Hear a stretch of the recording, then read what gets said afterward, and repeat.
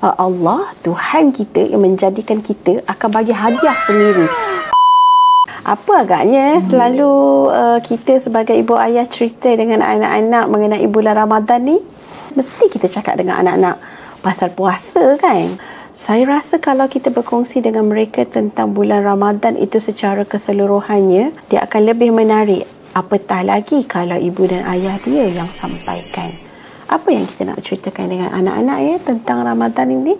Sebenarnya sama je macam poin yang ibu ayah selalu dengar dekat ceramah ataupun anak-anak dengar daripada di sekolahnya.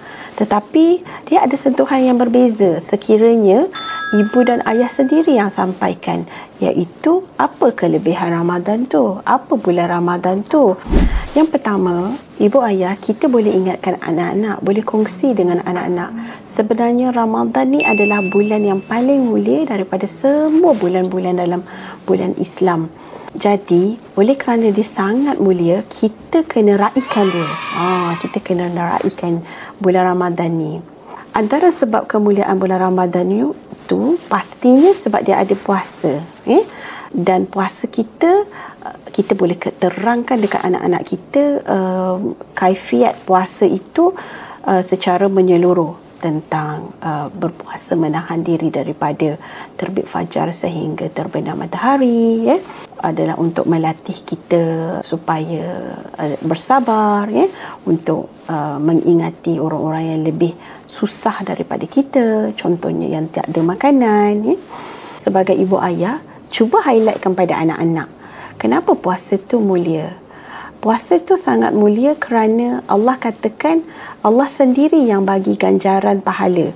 Sebab puasa ni memang susah. Jadi Allah akan beri pahala yang tidak terhad, unlimited. Apabila kita berpuasa. Hopefully dengan cara ni anak-anak akan sangat bersemangat kerana Allah, Tuhan kita yang menjadikan kita akan bagi hadiah sendiri. Allah, Tuhan kita yang akan bagi medal tu sendiri. Betapa besarnya pahala yang Allah nak bagi khas kepada anak-anak yang berpuasa, ataupun kita yang berpuasa. Kita yang dewasa dengar pun bersemangat kan. Apatah lagi anak-anak. InsyaAllah mereka mampu faham perkara ini. Satu perkara lagi yang ibu ayah boleh terangkan pada anak adalah istimewanya Ramadan ini kerana pintu neraka ditutup dan pintu syurga dibuka seluas-luasnya. Oleh sebab itu, inilah masa untuk kita berlumba-lumba berbuat kebaikan.